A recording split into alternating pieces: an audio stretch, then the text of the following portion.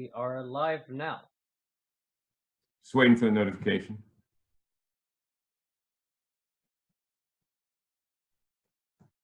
Hold on. Yeah, well, we're live. I got it. We got it. Wait, I gotta create the watch party. There we go.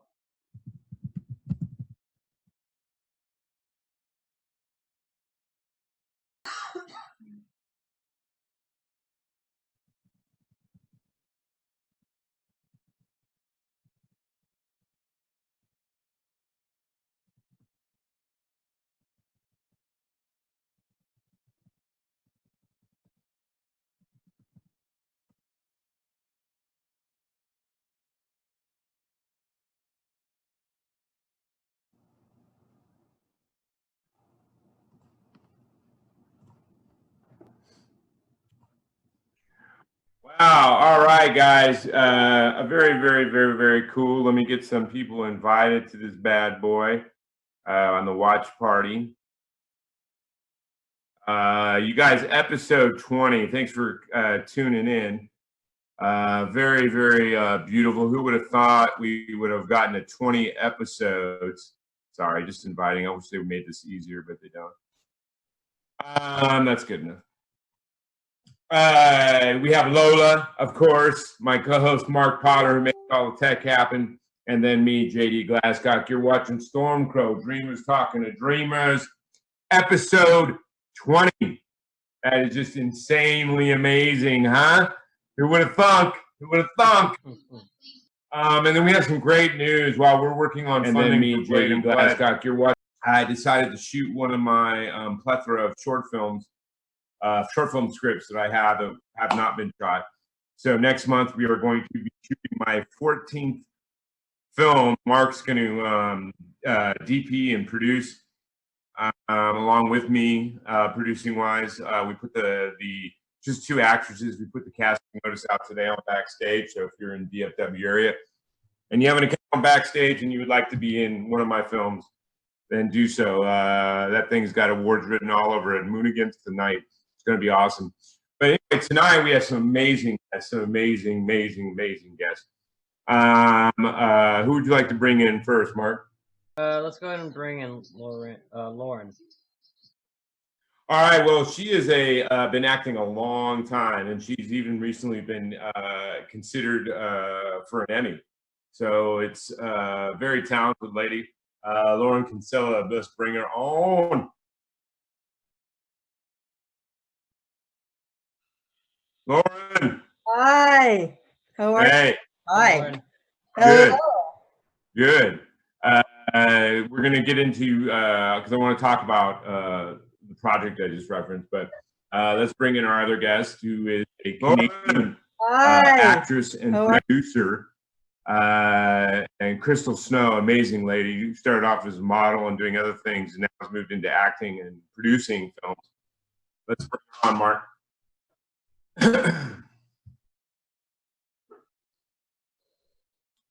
Oh, Mark, there you go. All right. Hey, Chrystal. Hey. All right. Two amazing guests tonight, you guys. You're going to be in for a treat. Let's get right into it because we're a few minutes late. We're going to start talking, for those of you out there, we're going to start talking about their projects, past, present, and future for the first half of the show. We'll take a little break and then we'll talk about life later on. Loren, what is a project you've done in the last 2 or 3 years that you were really passionate about, that you thought turned out well, and something you'd like to promote? Well, in the last 2 years, last year I toured the UK with Macbeth, and obviously, wow, that's tough acting. Doing yeah. So I was quite proud about that, especially when we were in Scotland. So that's a project that I was quite passionate about and very happy with the way it came out. I think the only thing I've read of his was his sonnet back in my whatever, almost 30 years ago. when I was writing poetry. It's betwixt time and space layeth God space, and each dust turneth the wheel of existence. But acquired taste, yeah. yeah. Well, that was the time period, how they wrote and stuff like that. It's like trying to read Dante's Inferno or whatever, man. It's like 300 pages of verse. That's Uh, correct, yeah. Yeah, it's a tough one. His plays, I think, were a little more because it's a script format, so you're doing dialogue and stuff like that. But that's awesome, and it went well, I'm assuming. I would like to think it went well. We didn't get any bad reviews, so one can only presume that the audience enjoyed it quite a lot. Yeah, and I'm sure you had a good crowds and stuff like that, so that's awesome. That's a tough one, though, man. It's so articulated and trying to twist those words into the correct and still have power and meaning behind them. That's awesome. I want to talk in a second, and we're going to talk about the project I mentioned, which is the one that was Emmy considered, I think, currently, right? That's correct, yeah. Chrystal, what is a project that you guys that you've worked on the last few years that you're really proud of and passionate about? Probably my most recent film that I was in, called Cemetery Stories. It's a John Vella film. It's an anthology horror film, so 5 little shorts put into a feature film. Oh, so like 5 vignettes that they threaded together? Yeah, with the main, they're all tied together with the main storyline. So that's pretty exciting. It was done with Timothy Patrick Quill, Frank Powers, some good names in there, great directing, excellent storyline. Cool.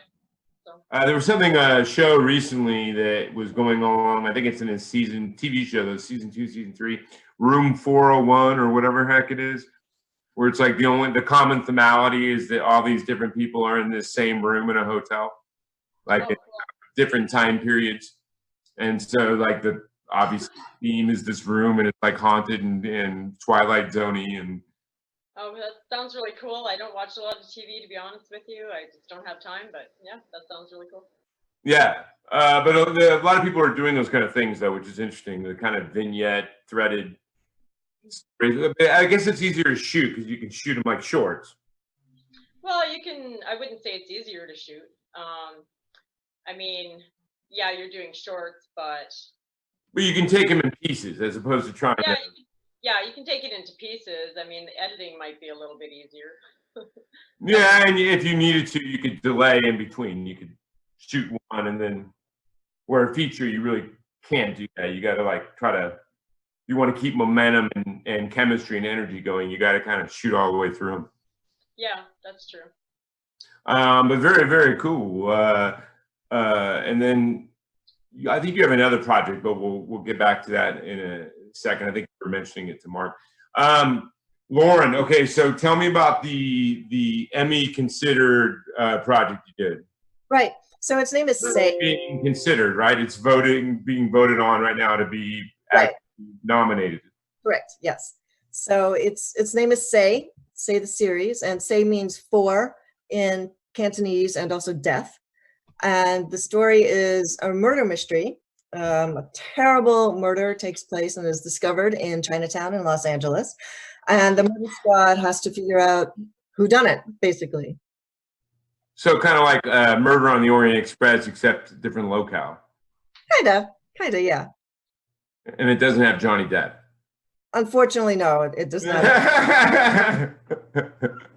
I still haven't watched that. I think I put that film on like my DVR thing, and then I still haven't gotten around to watching it. Beautiful. But, that's awesome. That is so very cool, because I'm sure even being considered, I'm sure, is a very good feather to add as an actor, because I don't even think you get into that place if you didn't do a bang up job on the film and or role. So yeah, I'm quite excited about it.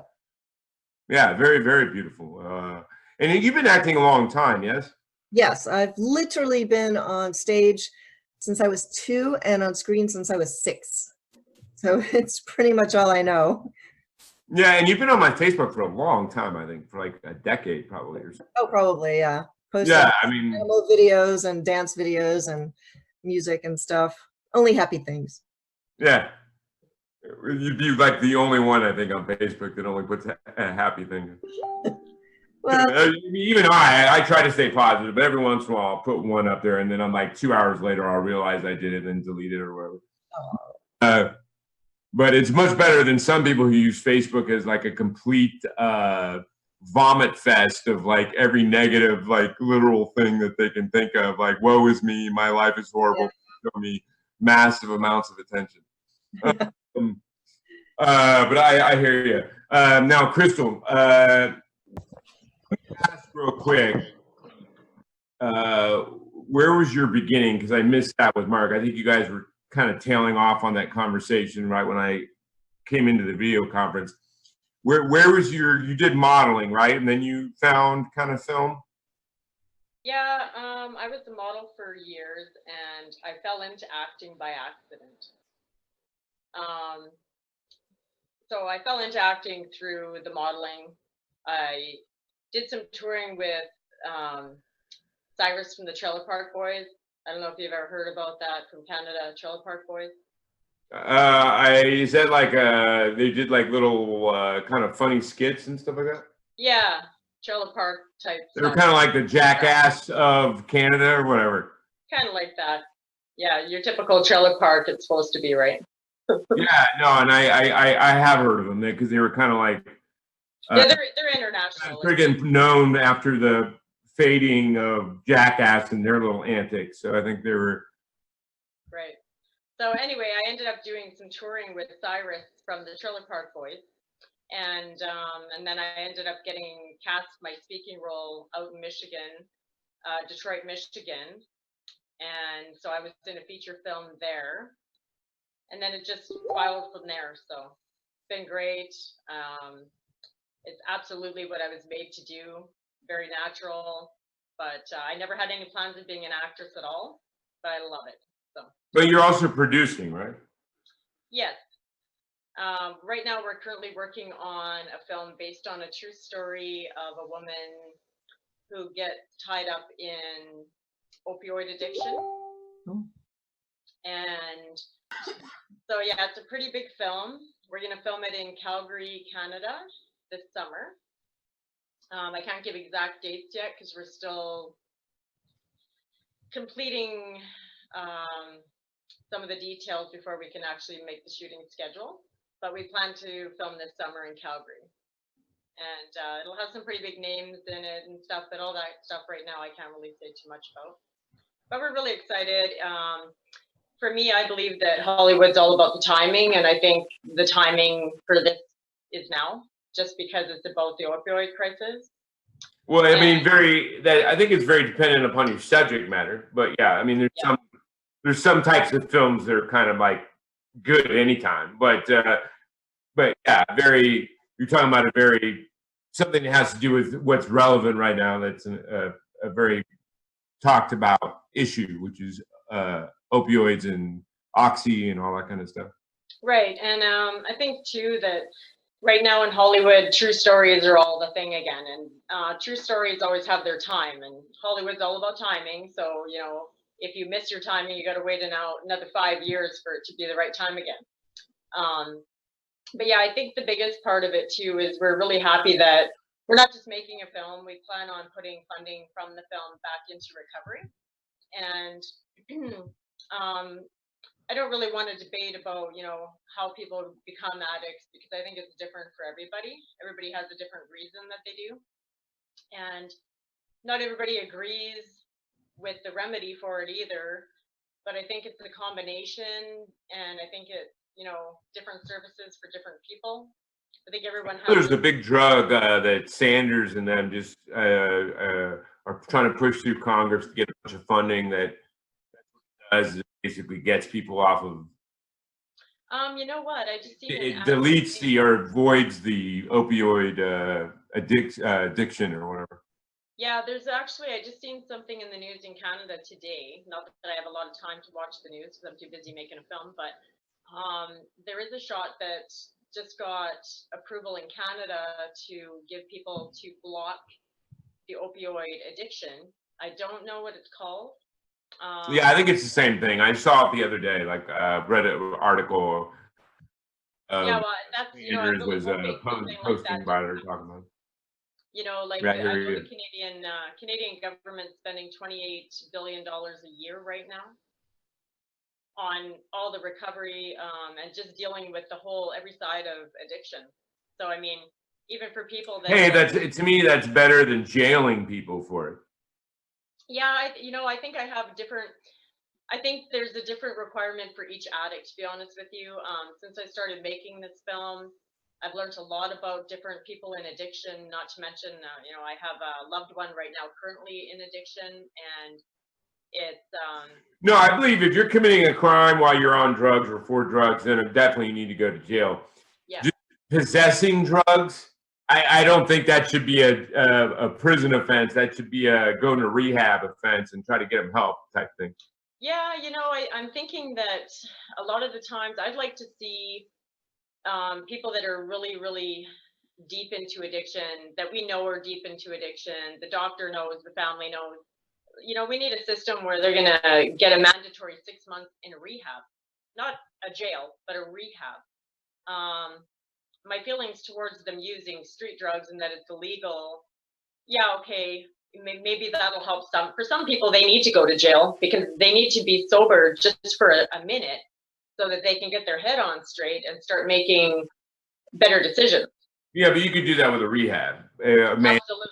Like rehab. I mean, I they think had the same thing when I was a kid of troubled kids would be sent to, it was for rehab, but it was also for just like troubled kids that were causing like violent or whatever. And it wasn't jail, but they couldn't leave either. Right. And I think, again, a mandatory rehab is what we need, because if you think about somebody in addiction while they're on the substance, they're not going to make that choice. They're not going to volunteer to get clean. If they don't have some kind of mandatory thing where they're going to get sober long enough to make a good decision, it makes that battle a lot harder. So yeah, I don't think jail's the answer, but I do think a mandatory rehab would definitely help a lot. It would really bring the numbers down, and it would help a lot of the people. But I appreciate it and agree with you. And Loren, what is a future dream or aspiration, Loren, that you want to accomplish that would be kind of your tumultuous mountain peak aspiration? You know what I mean? Well, as far as projects go, I have a lot that I would like to do.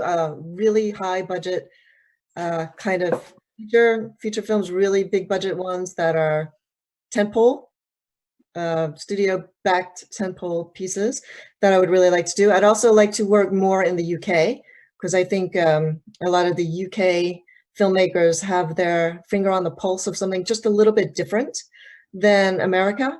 They like more character study. They like more dialogue, a lot of talky talk, a lot of. And it's a stylistic thing, but their style is very lots of dialogue, lots of character study type things, as opposed to the action stuff. Right. I do very much like action as well. So, but no, I mean, I whenever I watch an English TV film, literally, I can, regardless of whether they put American actors in it or not, I can immediately tell the style. They have a very definitive style. Yeah. They care less. If you look at their TV shows and you look at their films, they give a lot less crap about whether you're a model or brilliant, as opposed to how good of an actor you are. Right. Yeah. You know what I mean? Like they're more, you can tell that they more focus on acting skill than they do how good looking you are. Yes. And I appreciate that, because not everyone is stunningly beautiful, but there are some really fantastic actors out there that deserve to be on screen and sharing these stories. No, believe me. I mean, no one needs another WB stupid ass where everybody, even the janitor, is like a freaking model.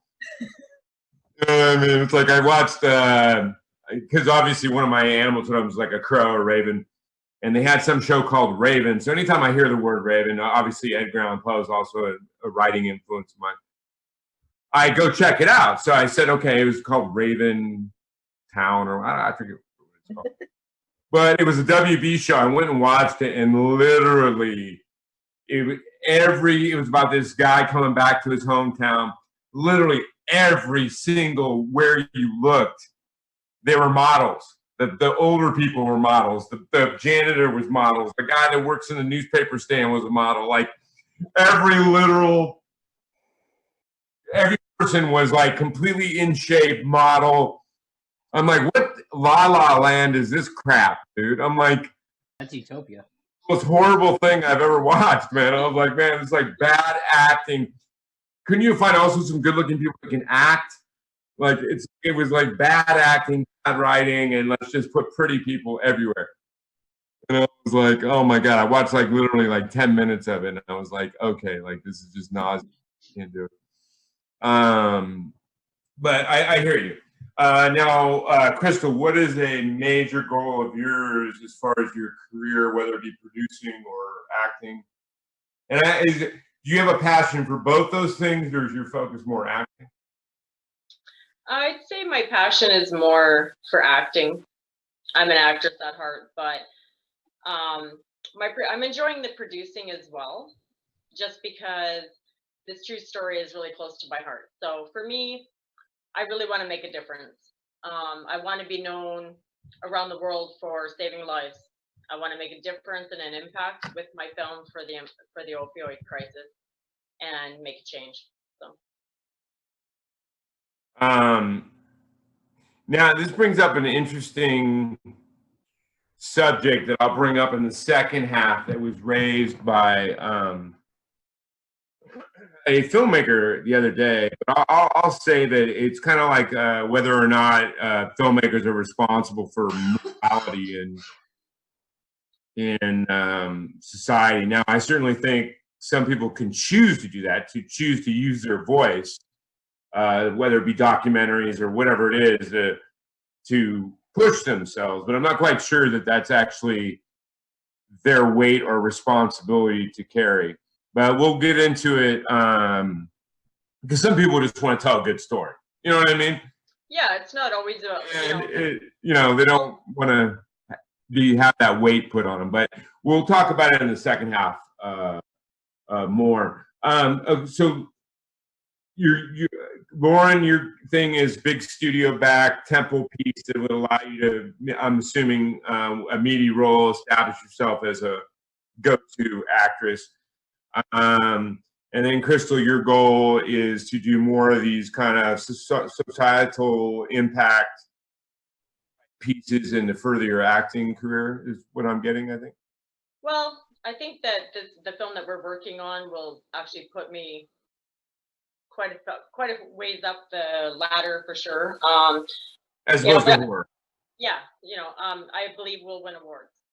And it's a union film. It's a fairly good budget, like pretty big. I can't really compare it to a large budget in Hollywood, but $11 million for our first. Hey, we're looking at $700K for Blade and Blood, so $11 million is a pretty damn good budget, man. So yeah, so that's I'm not it's nothing to be ashamed of. That's as long as half of that isn't going in the producer's bank account, you're good, man. No, it's not. Definitely not. But I mean, we have to pay the studio backing us from the States, so they're going to want their cut. But no. No, I'm not talking about that. But there's a lot of things in the film industry where you'll see these guys bump up the budget, and literally before you're even shooting, a third of that budget's in their personal bank account. You know what I mean? Like, right?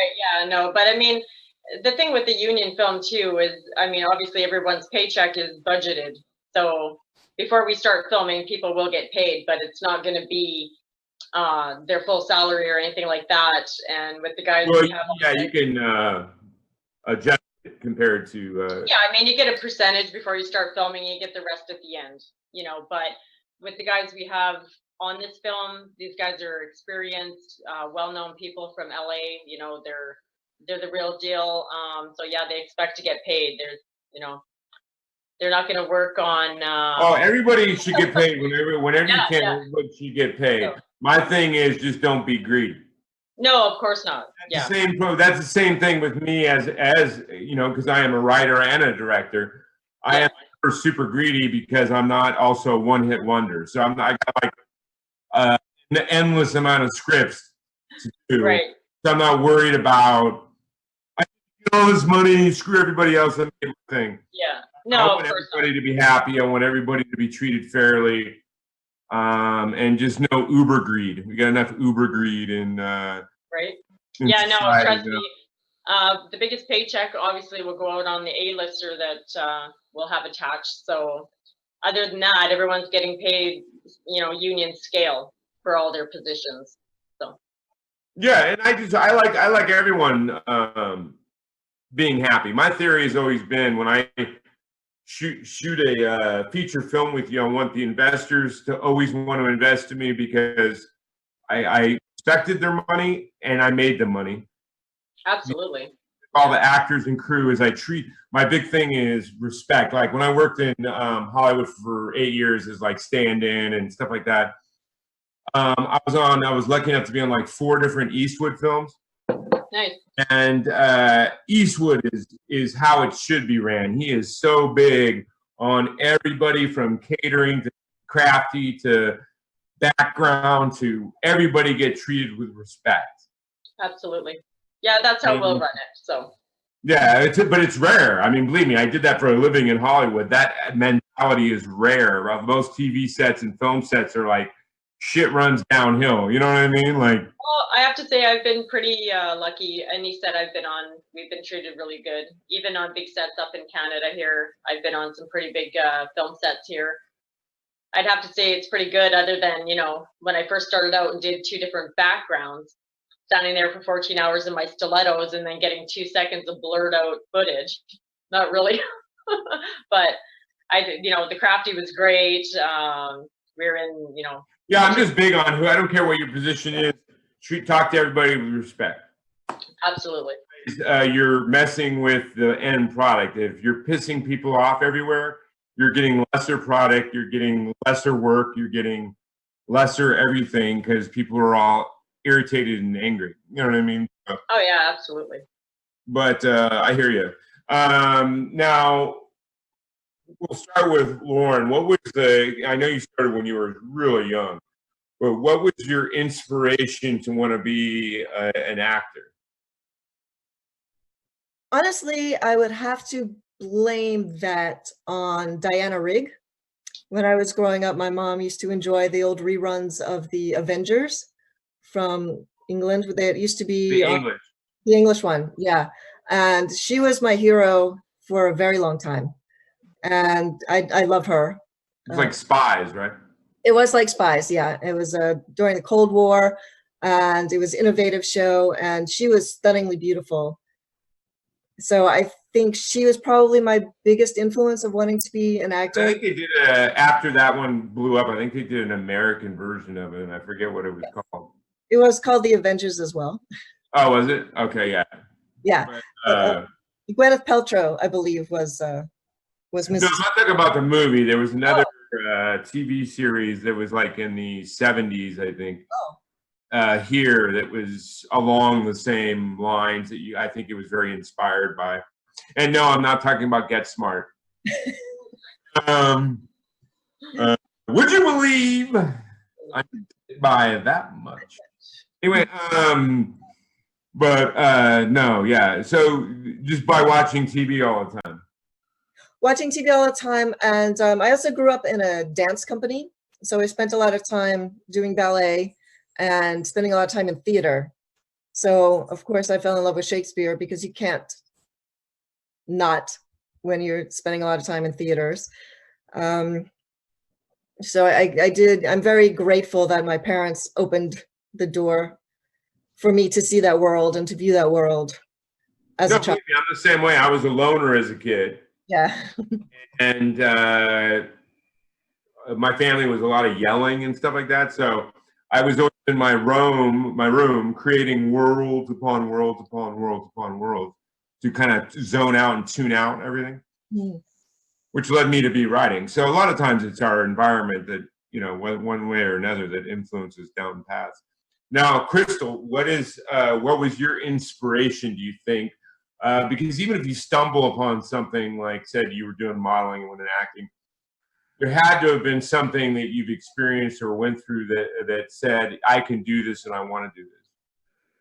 Honestly, I grew up with a very talented mother as an artist. She was a country music entertainer. She could play any instrument, so I was used to, a lot of art around for sure. But I think for me, I don't really have anyone that I think about that I want to be like as an actress. For me, it's more about how I feel while I'm in my character. I mean, it's great, we only get to live maybe 80, 90 years if we're lucky in this life. So if you can live 1,000 lives through being someone else, that's pretty cool too. But yeah, for me, I don't really have anyone, any specific actress, maybe Viola Davis. She's awesome. I think she's an incredible actress, but it's more about the feeling that I have while I'm there. So that's what drives my passion. I just love what I do. I find it easy to switch back and forth into character and out into different characters, and I've had to in a few horror films. But yeah, it's more about the feeling I have when I'm there. So I just love it, and there's nothing I'd want to do more. So I can relate, although I get it from the opposite. I get it from creating those characters. Right. Yeah. As opposed to being them. But when you're creating, that's the thing about writing. When you're creating, you have to be all of them while you're right. Exactly. I would rather any day of the week though create and be behind the camera and lighting you all. Right. And writing the stuff that you're saying than actually being in front of the camera. But yeah. Yeah, and I mean there's no better feeling too at the end of shoot when your director's just like, oh man, I knew you were gonna nail it. And you just nailed it. You were just, so it's great. It's what I love to do, and better than anything is now I'm getting paid for it. So yeah. It's not like isn't that the goal of life, though? To find out what you love to do more than anything else and figure out a way of making a living at it?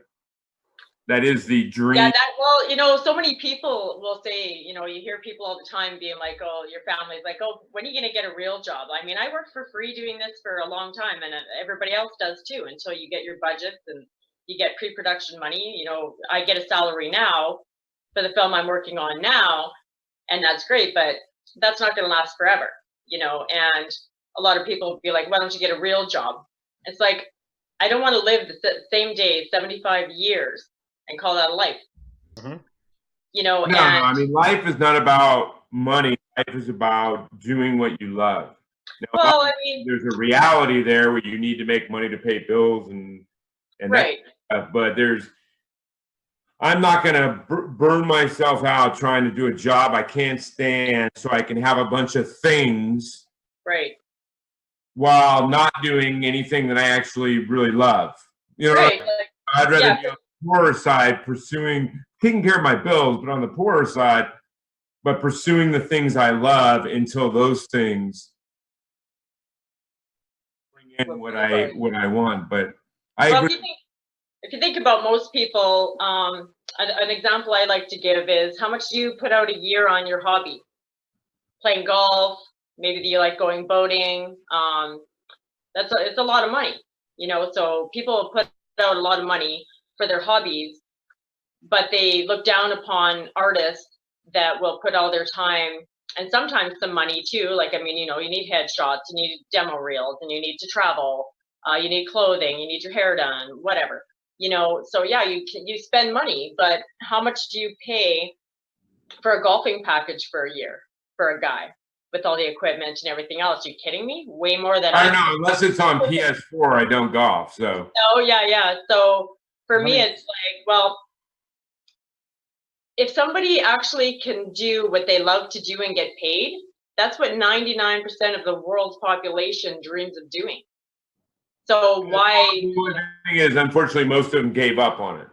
Exactly, because they don't think it's possible. And you know what? It's hard. It's so hard. But if you do the right thing, stick to what you know that's going to work, you just keep going. And there's, obviously you've lived in Hollywood. I've lived in LA as well. And yeah, everybody out there, they have a day job and they're going to auditions and they're trying to get their acting classes in, and it's hard, but it can be done. And it doesn't have to I would rather be poor and broke my whole absolutely. spent my whole life, like for me, creating. Exactly. Who wants to wake up and go like, oh, I hate my job. I don't want to go to work today. I'm gonna, you know. And everybody I know is the same thing. I hate my job. I hate my life.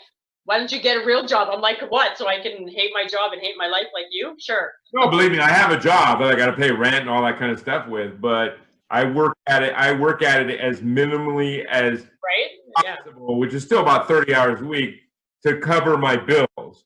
But anytime you go, okay, you want to work extra, want to work longer hours, want to work tomorrow, I say no, no, and no. Yeah, exactly right.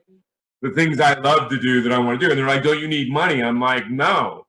I purposely make my life very simple so that I don't need a lot to cover my stuff so that I can spend all the rest of my time creating and doing the things I really want to do.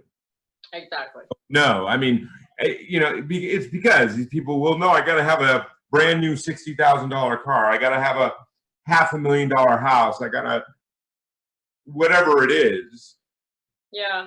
Well, Well, in reality, you don't need all those things in reality. You don't need those things. The only people that need those things are people that don't have any joy in their life. That's what's going to give them their joy, or maybe they have low self-esteem, so they need that fancy car. You know, it's about status. Yeah, or status, and they care way too much about what everyone else sees them as or views them as. That's the one advantage I think of being a loner is I don't really care a lot about what other people view. Yeah. That's why I'm here today, because I'll tell you what, if I listened to what everybody said, none of this would have happened. I would have quit years ago. But no, because most people, and I tell young artists this all the time, most people have given up on their dreams, and they want everyone to join them over there. Right? Misery loves company. Justify their own lack of faith in giving up on their dreams. Exactly. So that everyone and their brother will try to shoot you down. Yep. And stop you from pursuing your dreams so that it makes them feel better about them stopping pursuing their dreams. Yeah, well, especially up in like my area in Canada where I'm from, there's nobody up here that's an actor or, you know, involved in these kind of productions, and I just don't think they believe it. Like, I think they believe it now because they see the things that I'm on, and they go on IMDb and actually see films that I'm in, and you know, there's a couple that will be, you know, Cemetery Stories will be theatrically released, hopefully within the next 6 months or so. But I mean, and then when they see that, and then I run into them in town, they're like, "Oh my God, like how are you?" Like they don't believe. No, yeah, but then as soon as you make it, you know how many people are going to come up to me as soon as Blade and Blood gets made on? I knew you could do it. Right? Oh yeah. Well, if you knew I could do it, why didn't you? Part of your next film. And these would be all the same people that told me to quit. Oh, yeah. You're living in fantasy land, and yeah, and they still hate their jobs, and you know. Yeah, I got you. They did before, but.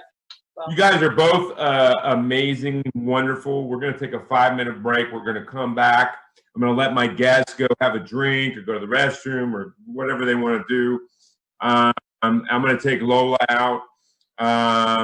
Mark is going to do his 8-directional quadruple lightsaber flip attack and practice. And then we'll be back in 5, and then we're going to talk about what I was talking about earlier, about filmmakers' responsibility or an artist's responsibility towards morality or society. And I think that's a great subject that we can find some good things to talk about. But I'm going to hit you with the thing I always hit everybody with when we come back from the break. What is the best film you've seen in the last 2 years and why? Okay, so back in 5. You're watching StormCrow. Dreamers talking to dreamers. Always keep dreaming. We'll be back in 5 minutes. Can you say 5 minutes, Lola? 5 minutes. All right.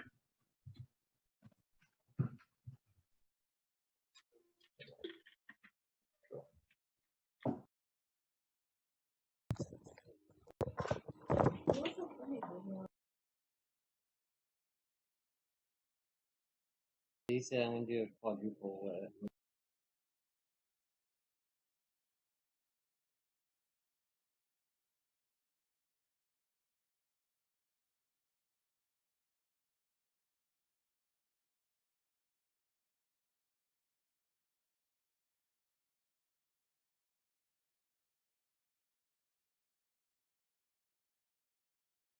Oh, I can't play this.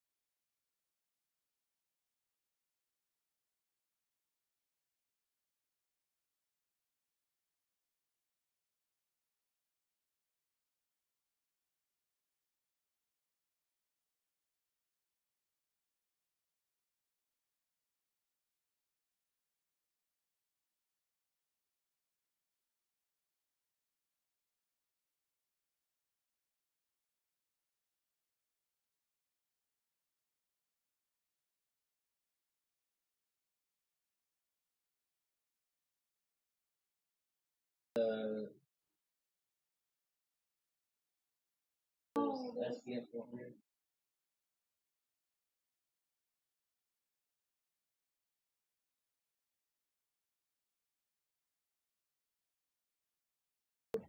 Anyway, you said something about.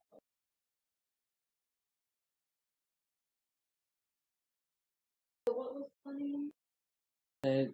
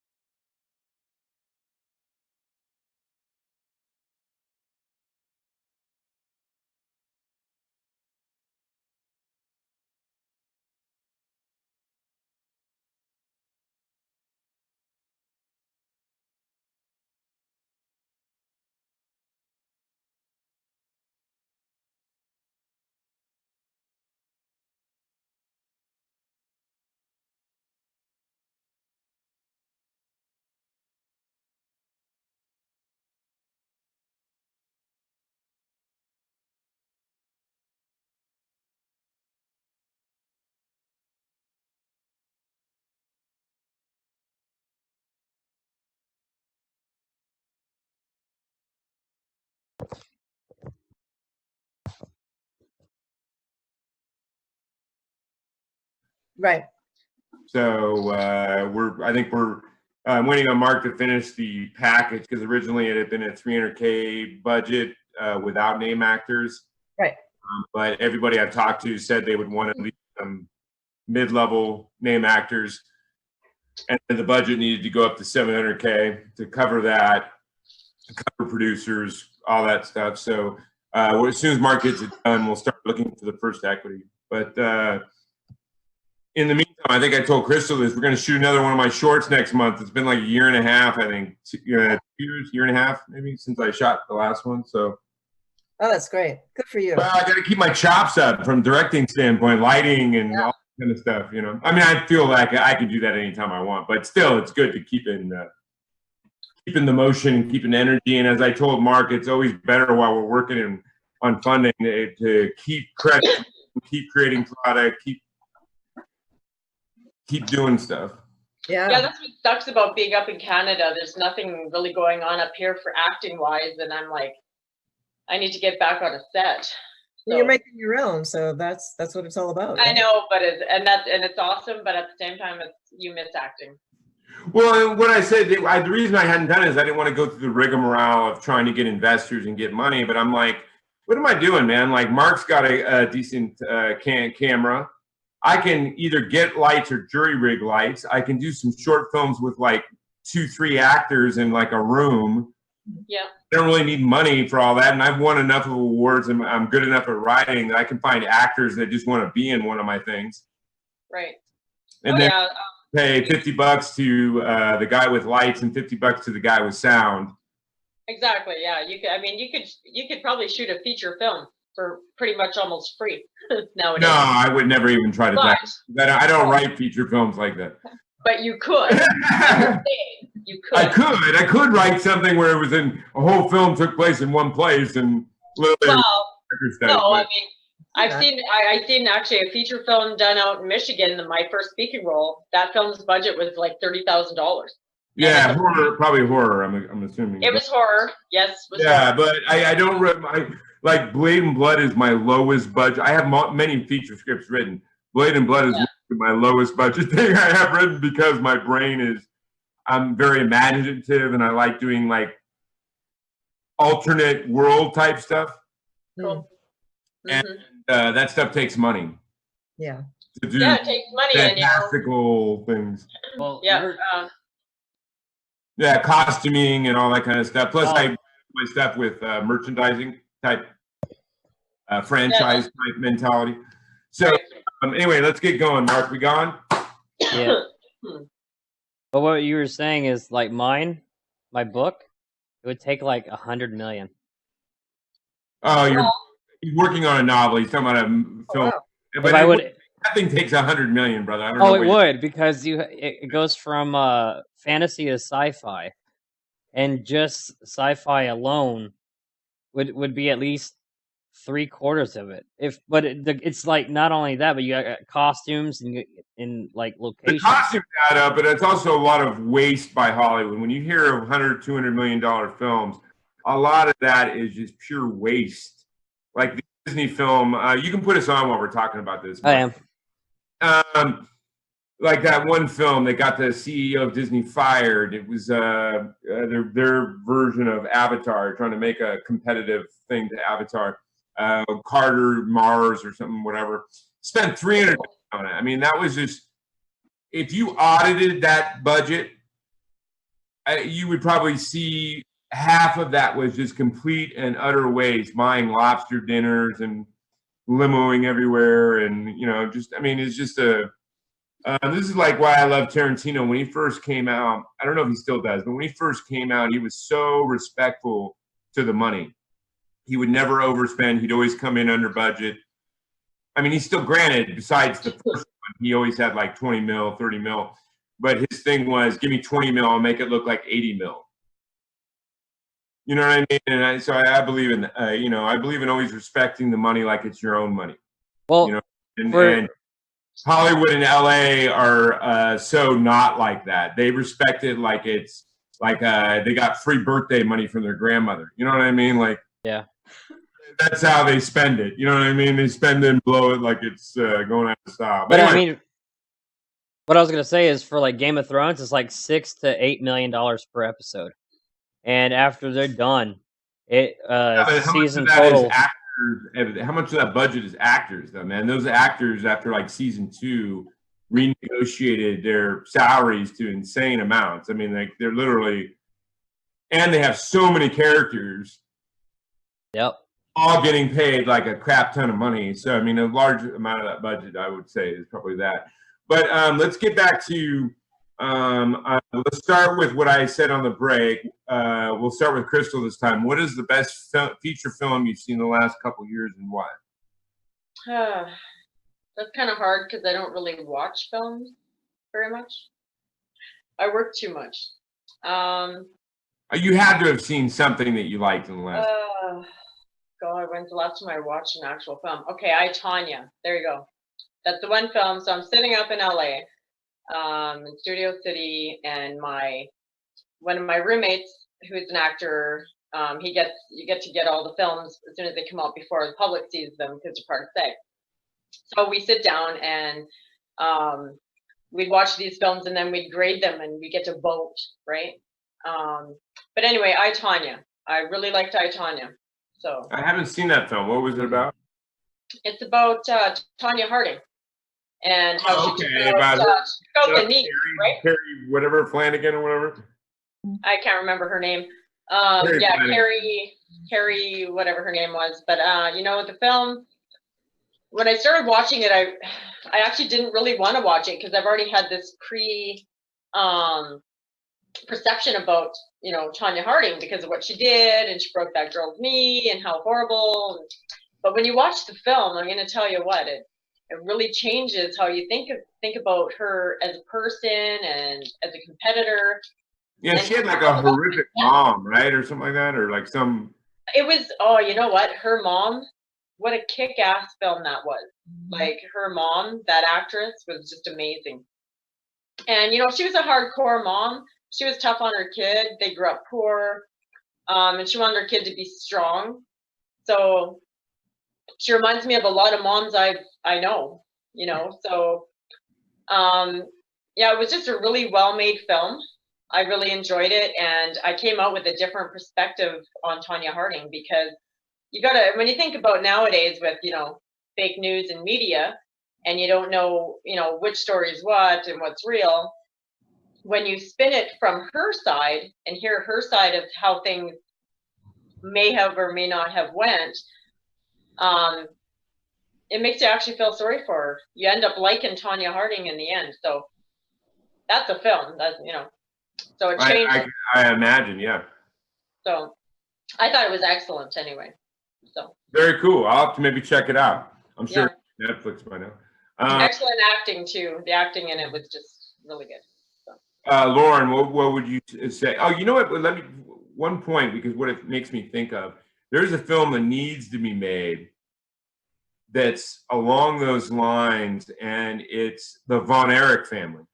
Oh yeah, the wrestler, sure. Yeah, I mean, because you couldn't write a script that literally, like every one of their children except one, and or like two maybe, either committed suicide, overdosed, or I mean, like, or one died when he was 6 in the bathtub or something. I mean, like literally, and they had like 8 kids or 7 kids or something like that. Yeah, they were like huge wrestlers in Texas. And at one point, their wrestling association that their dad owned, almost up there with WWF way back when. It was televised, it was on TV, it was like, and a lot of their big time wrestlers from their association went on to, when it folded, to WWF fame, like Jake Roberts and all those guys. And literally, you could not write a story like that. Like literally, like, and I'm surprised that no one has actually done a movie on it. Because literally, it's like the amount of their children that or committed suicide, like within a 10-year span, is just you think people would want to know the family dynamics that led to that, but it's probably why. It's probably the family dynamics are so horrible and too many people would be hurt or something like that. Maybe I don't know. But anyway, Loren, what was the film you've seen in the last 2 years?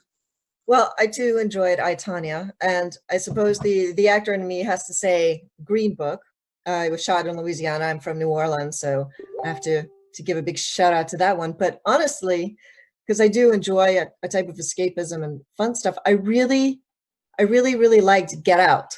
I thought it was really innovative. I like the genre. That was the guy that's doing the new kind of horror stuff. I don't know. Yeah, that's he's very controversial because a lot of people Jordan Peele. didn't like it. People said they liked it. A lot of people said it wasn't horror. A lot of people. Yeah, but I thought it was interesting, and it really, to me, made you think what that genre could be other than just jump out of the sky or whatever. Yeah, slashers. No, believe me. I mean, my has horror. We're doing sci-fi horror, and it's very. When we were talking to investors, they said the same thing. They said your biggest strength is also your biggest challenge, is that you're being totally original. Which is your biggest strength. Yeah. But it's a challenge because investors and film people want to see something that reminds them of 1,000 other films. That's right. They That's want true. to see formula replica stuff. Right, because it works on paper.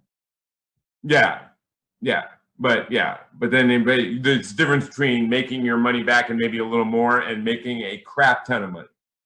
That's true. That's true.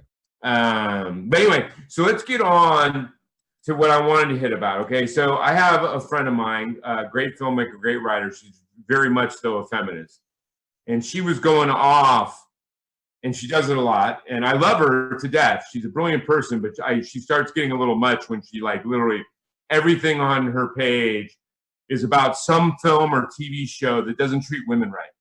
Mm. And I'm like, and she starts talking about how they all need to be taken down and destroyed, and no one, like if it was up to her, no film or TV show would be made unless it was like uplifting towards all women or something like that. And I'm like, first of all, I got in an argument with her that I said, I do not think it's filmmakers' responsibility to be the moral compass for society, or to be like every film they make has got to like take on the responsibility of what's right or wrong in society and only do things they think is uplifting towards society. In the end, a filmmaker is a storyteller. They should be able to tell whatever the hell story they want to tell, and either they find success with it or they don't find success with it. But they should not have the responsibility or weight put on them of, no, it's their job to be the moral fiber.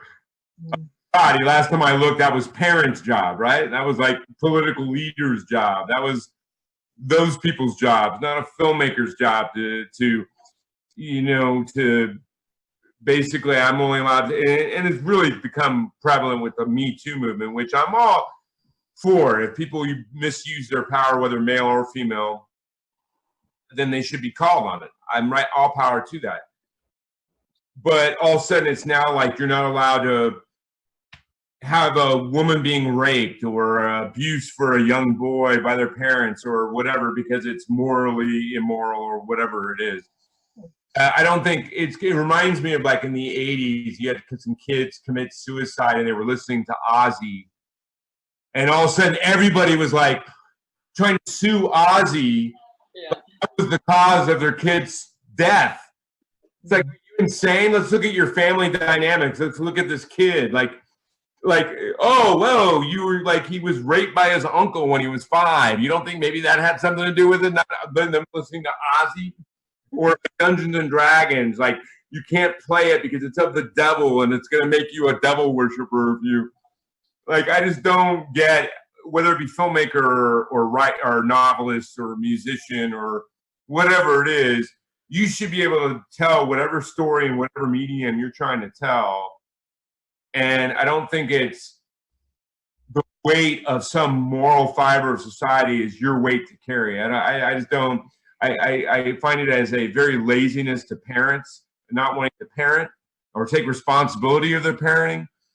And you see that in all fabrics of society. You now have kids that are like thrust at public schools and saying, hey, you raise my kid. Right. And, or whether it be at a job when they're 18 and go, hey, you teach my kid a work ethic. Because I never taught them one when they were Right. 5. You know what I mean? So let's get, I just threw out a lot of information, a lot of energy. Let's get your feedback. We'll start with Chrystal and then we'll come to Loren. And then we'll even get Mark's take on this. Okay. So what's your take on all that? As a female filmmaker who is a very independent woman as well, I think that the Me Too movement has gotten out of hand. I think that, first off, as a filmmaker, we're here to provide entertainment. Mm-hmm. We're not here to, I'm not sure how to word it without having an argument on my Facebook when we're done this, but it's gotten out of hand. You know, yeah, okay, it's not okay for men in power to, I guess, use their power to have women, you know, like what happened in Hollywood. But in my opinion, those women had a choice as well.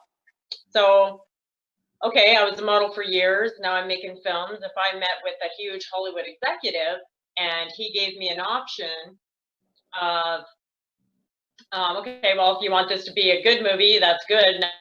Now, if you want it to be a great movie, and I'm going to do this for you, maybe you could do this for me.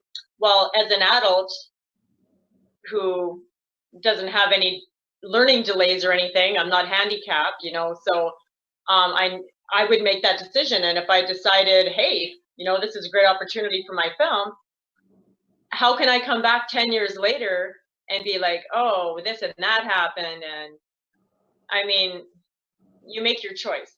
Obviously, if you made the choice to do that, you shouldn't have been moved up. It should have been based on your talent and your work ethics and all those things.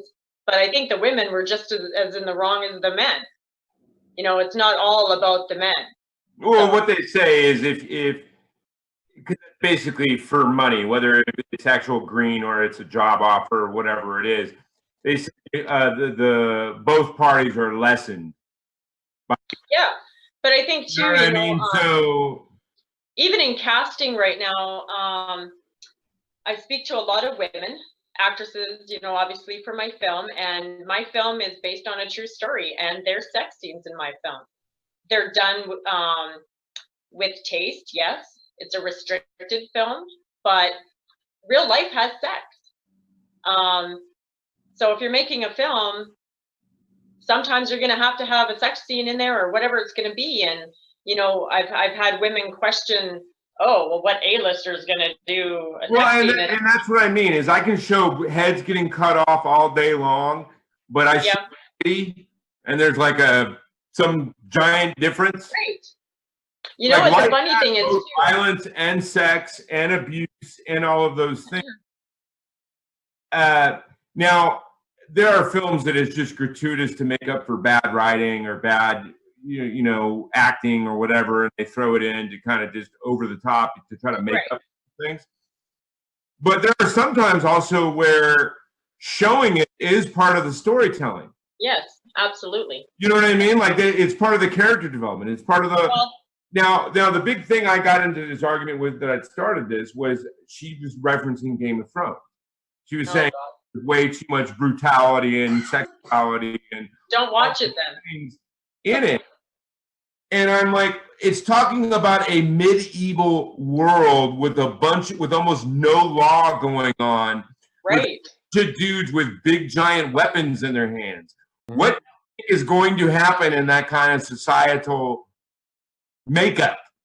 Right, but again, these women have in our own history in the Middle Ages when there was no law and a bunch of dudes running around with giant swords. You know what I mean?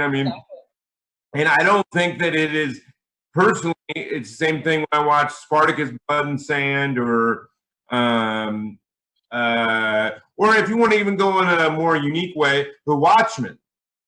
Do they need to show the multi-blue guys with penises like having sex with her everywhere?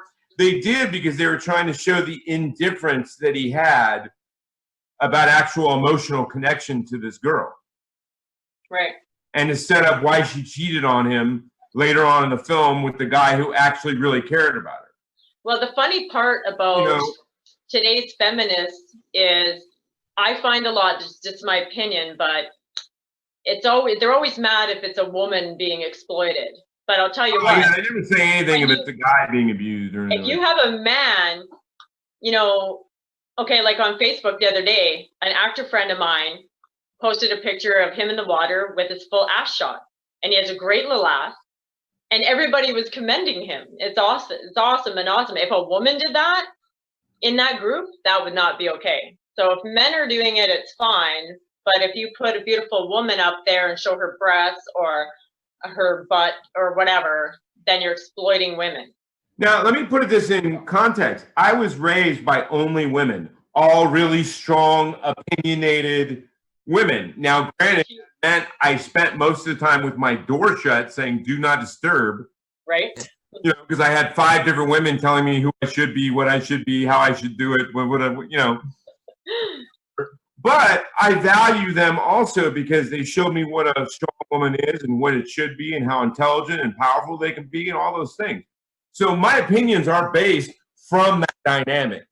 Okay. But I think it as a storyteller, especially if it's poignant to the character. I've gotten anyone that's watched my short films, I do not use a lot of filter in them because I feel like life doesn't have filter. You know what I mean? Right. Now, to me, in my opinion, I always use it poignantly. As soon as it is not poignant to either storytelling or character development, then I'm out of it and on to the next thing. Yeah. Right.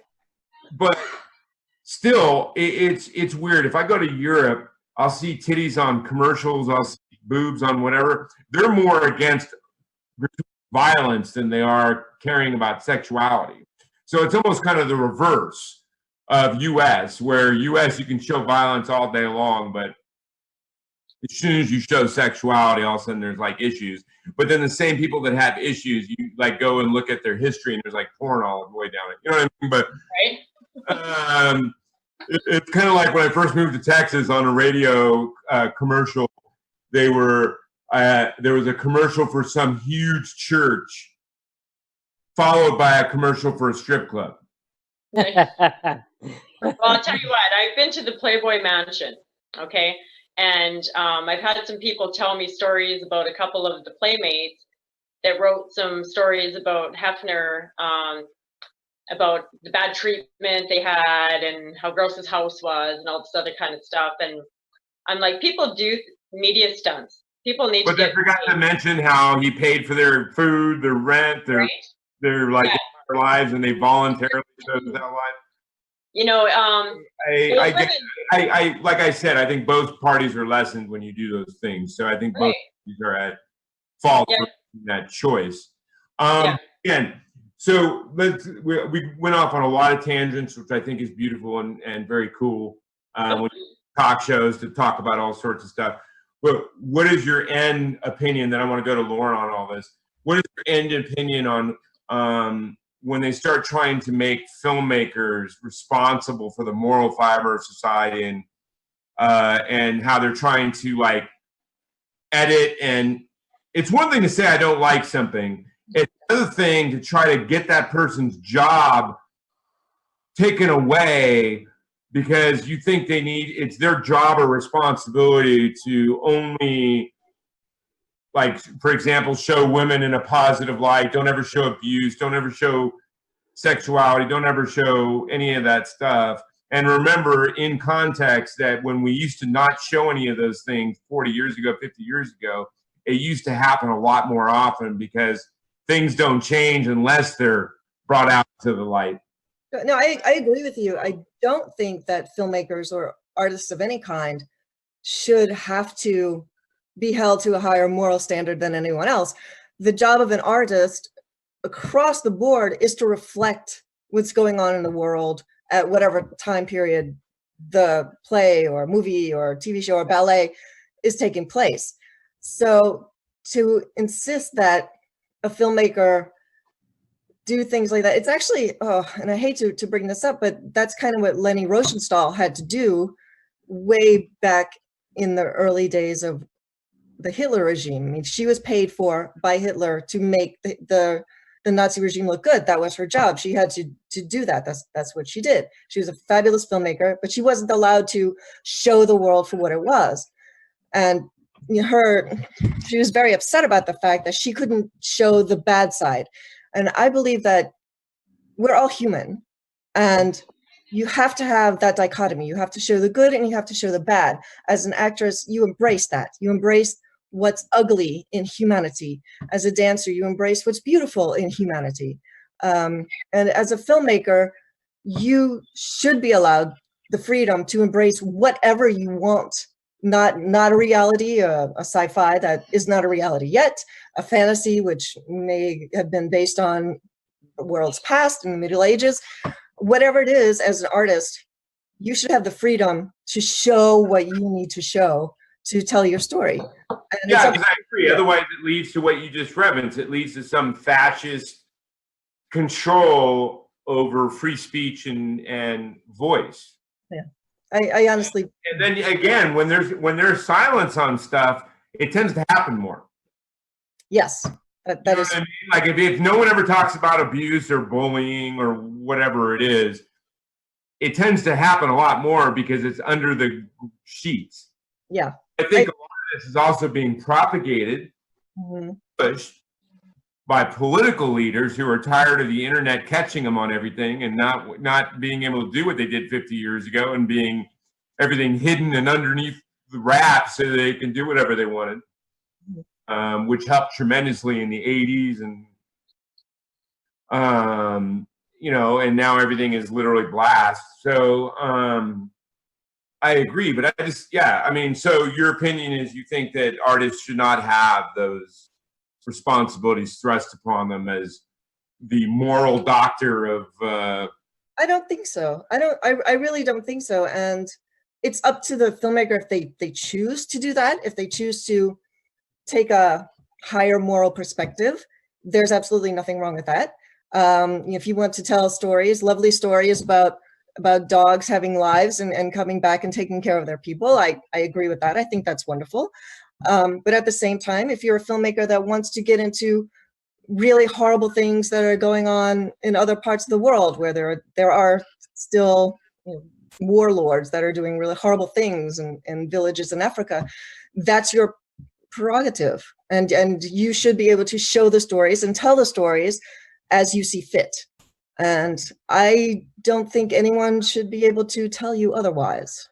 well, because to me it's the same thing as what I referenced earlier, like when it was the big hoopla about those kids killing themselves, but they were listening to Ozzy Osbourne. Or it's Ozzy Osbourne's fault because of his devil music that they, you know, which like anybody literally that's listening to Ozzy Osbourne especially when he was on his own, was literally like, it was stuff like Crazy Train, Mama, I'm coming home. You know, so it was like literally, it was more the reputation he had with Sabbath than it literally when he was on his own. Or like, I remember when I was a kid, I wasn't allowed to watch the Dungeons and Dragons cartoon. Cartoon on TV, which I did anyway, but because of the devil. You know what I mean? Which is like literally like, no, man, of the devil is like literally people going out and choosing to do bad things. Yeah. Choosing, the key term there, choosing. You know, like I just hate it when people like give up their own responsibility of their choices or actions and try to blame it on some arbitrary thing. The people responsible for those type of things are called parents, and then kids, when they grow up, their own themselves. You can say that we choose political leaders to try to lead us in those realms, if you want to say. I usually just lead themselves into a bigger, fatter bank account, but still, you know, and it's also kids nowadays not being taught work ethics, not being taught whatever. It's society's job to teach them now everything. I don't. It's a storyteller's job, whether a musician, artist, dancer, actor, filmmaker, to tell a story. It's their only responsibility, and either people like it or people don't like it. But that's their only responsibility. To me, they have no other responsibility. Now, TV shows like Game of Thrones, Spartacus, Blood and Sand, films like The Watchmen, films like Monsters Ball, these ones that are graphically very intensive.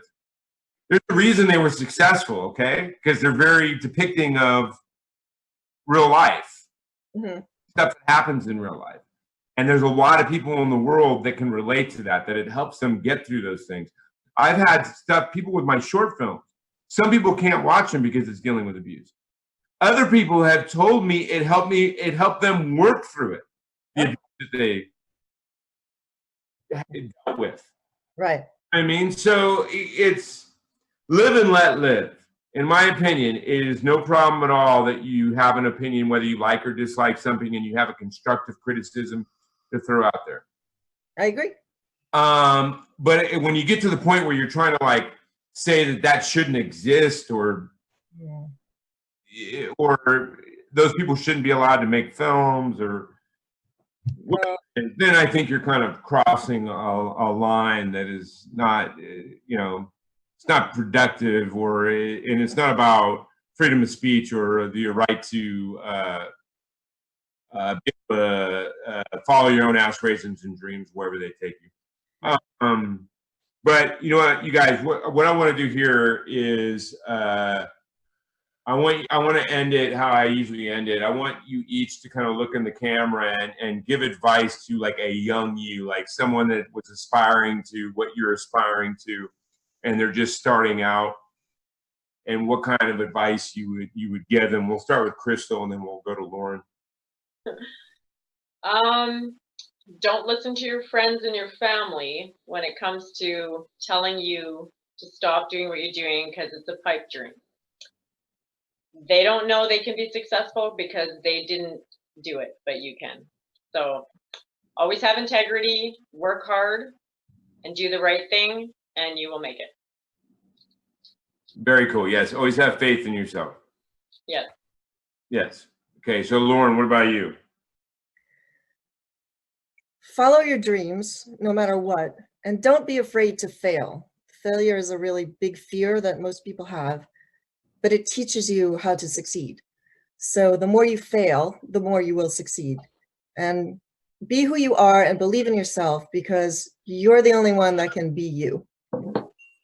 That's what I say to myself when I do Greta Garbo drag karaoke Wednesdays. Be you, buddy. Be you.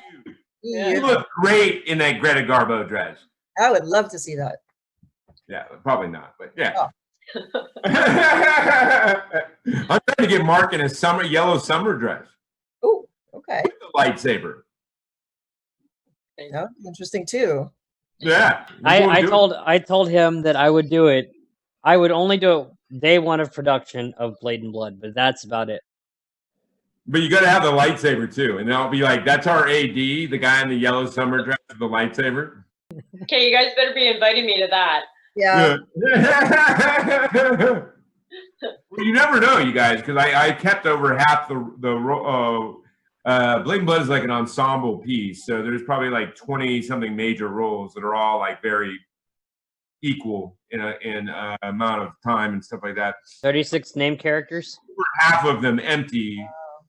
And purposefully, so that as we move into money and investing in those opportunities, we had openings to position people or that we wanted to. So you never know. But Mark, what last question would you like to ask our guests before we head out?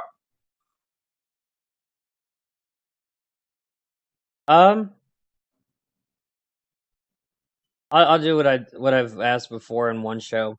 What significant place have you been to that is away from the world, away from reality? It could be Stonehenge, the Taj Mahal, just anywhere that you can get away from the world and You're asking what would be that place for them? Yeah. Well, is there a specific place that you've been to like that, or would like to go to? You can't just say that. or you would like to go to, because reality gets really chaotic,